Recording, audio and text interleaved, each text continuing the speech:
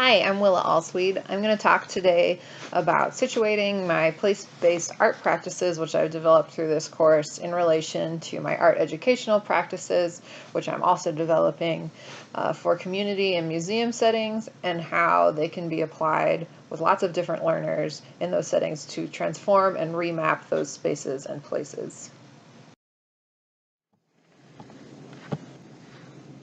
Landscapes are not always transparent. In fact, they rarely are.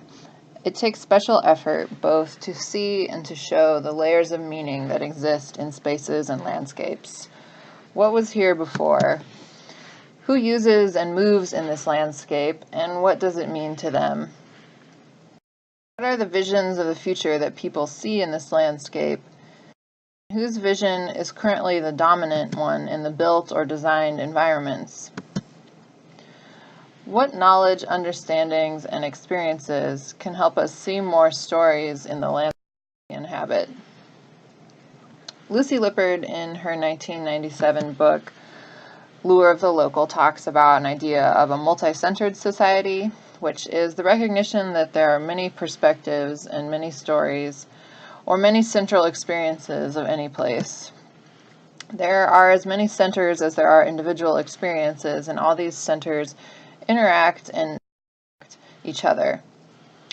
She quotes, "Each time we enter a new place, we become one of the ingredients of an existing hybridity, which is really what all local places consist of," end quote.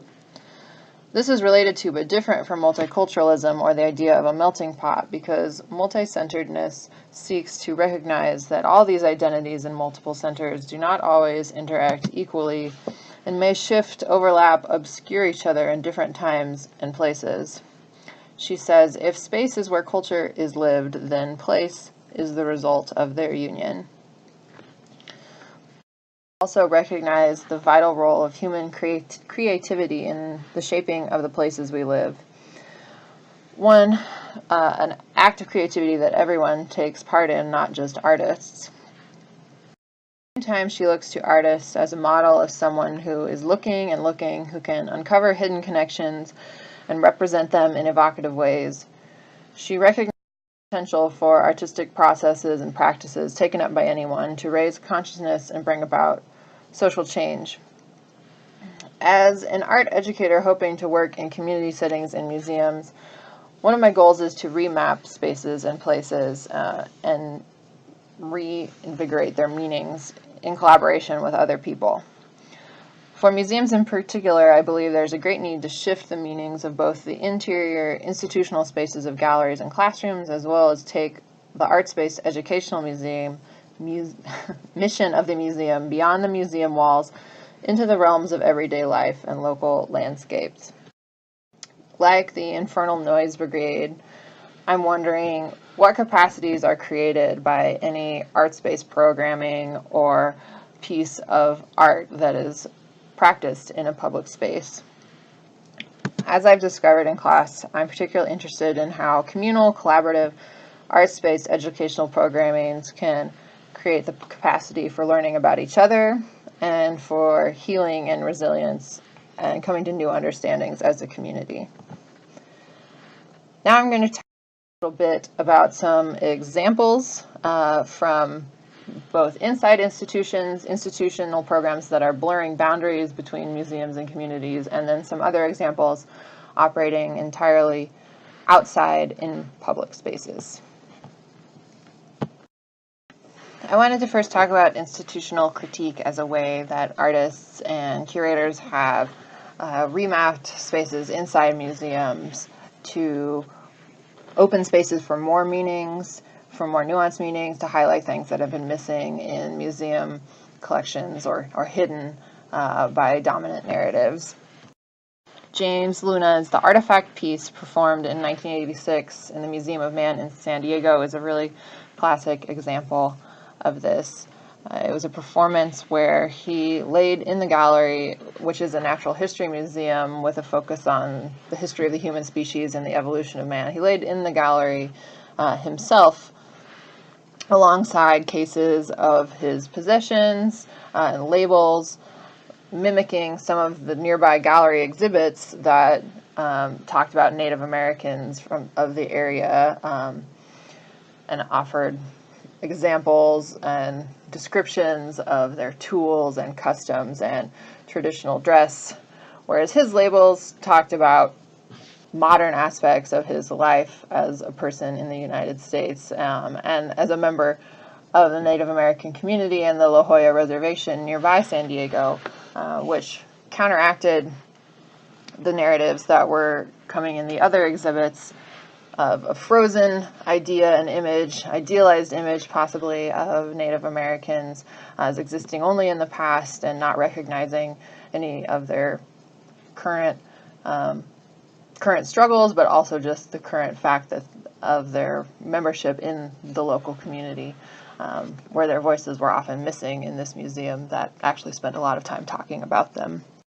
Another classic example is Fred Wilson in his piece Mining the Museum, which was in 1992 and 1993, mounted at the Maryland Historical Society in cooperation with the Contemporary Museum in Baltimore. Fred Wilson was given access to, basically unlimited access to the holdings of the Maryland Historical Society, and was able to then mount an exhibit designed by him that juxtaposed the pieces of the collection in new ways, brought out pieces that had not been seen in a long time, and really highlighted narratives about race, about slavery, about prejudice and oppression in the history of Maryland and in the history of the U.S., in the colonies and up until the contemporary times in Maryland.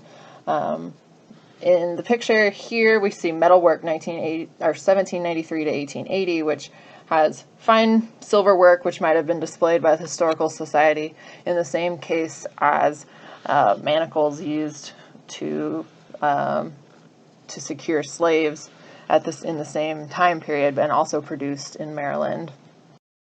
In this piece, he really highlights what's missing in the narrative of the museum and makes people rethink the information that's being presented to them by presenting 3 busts that are of people that are not from Maryland, and are all white men: Napoleon Bonaparte, Henry Clay, and Andrew Jackson, that are in their collection and are often on display, versus 3 empty pedestals labeled Harriet Tubman, Frederick Douglass, and Benjamin Banneker, who are 3 African Americans who are actually from Maryland and do not receive much attention at all in the museum's collections or exhibits. So critique and institutional critique are really vital parts of my artistic practice and my art education practice. While I haven't gotten to do such large-scale projects like the ones I just described yet, I often in my community-based projects, or just the projects I've undertaken for this class, have a strong piece of critique in them, in both of and uncovering layers of history and looking at stories in the landscape that are missing. I don't think institutional critique is, or mounting large-scale exhibits like this, are the only way that museums can remap spaces and rethink how their programming is collaborative or participatory. So I wanted to highlight a couple of programs that are museum-based, but are working, in these cases, with youth, and using practices that really resemble things we did in our class, which get people out walking in their communities, in public spaces, using everyday tactics like talking to people, photographing, mapping, things like that, to blur the boundaries between museums and communities and uncover new meanings in both public spaces and institutional spaces. So Mapping Q at the University of Arizona Museum of Art is a really exciting project that I'm familiar with and have gotten to witness some of the exhibits from. But it was originally created out of a program to assist youth at risk of suicide or mental health, or just struggling in, crisis or traumatic situations, through the Southern Arizona AIDS Foundation, to create sort of an art therapy and creative arts-based program and an outlet for that, and also to create more connections between the youth and their community and give them more sense of ownership over the places they lived. So youth spent time at the UAMA. The program has actually had several iterations and has happened at the UAMA and in partnership with the Tucson Museum of Art, the Museum of Contemporary Art, and a variety of community organizations that are coming together to host the students, to work with students, and to kind of change the way the institutions interface with young people. So the picture here is an example of students. Mapping Q, of course, stands for Mapping Queer, so they're all LGBTQ youth. So they went through a process of mapping the places in Tucson where they feel accepted, where they don't feel accepted, and having this dialogue amongst themselves kind of about those layers of meaning that they can add to the map or that are in the landscape already that are ignored.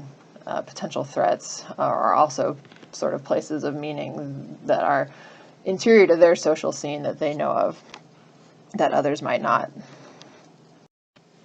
Next, I'll highlight a program called Investigating Where We Live at the National Building Museum in Washington, D.C., which I think is a program I'm super excited about that I've learned recently about that incorporates a lot of the place-based and walking artistic and creative reflection and making techniques that I've worked on in this class, as well as some of my interests in looking at archival photographs, thinking about history in the landscape, uncovering layers, and even doing interviews and oral histories with community members. So it's a really exciting project where students are learning skills in photography, in research, in kind of community engagement, speaking with community members, working with professionals in different fields, and then mounting an exhibit at the end that really tells their story through the themes they want to focus on about their neighborhoods.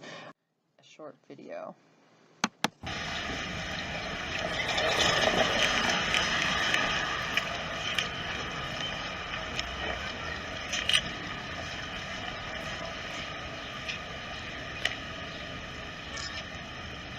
These are all photographs taken by the students on their site visits and through their research processes, showing a really cool multimedia focus and a lot of creativity. So, what would you like to see change in the process? I would like to see more opportunities for people who are unemployed. When you're unemployed, a lot of times it doesn't promote you to want to read. But if people had jobs, it would give them encouragement and give them the motivation to read, I think. So I would like to see people take on more skill sets where they can have more jobs or create their own businesses.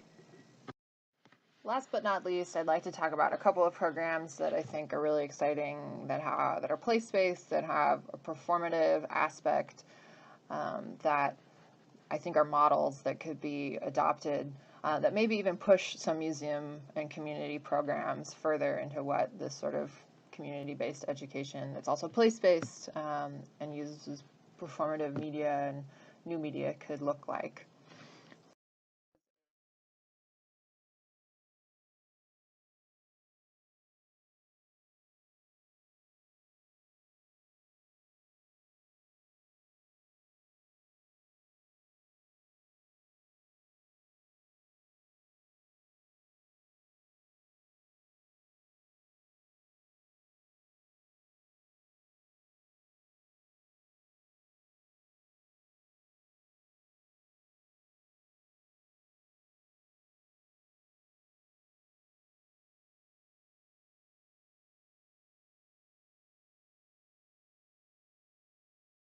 They mapped these apology-worthy instances of urban design and also used pirate radio to broadcast tour information to both tourists and locals that were in the area of the Halifax harbor at the time.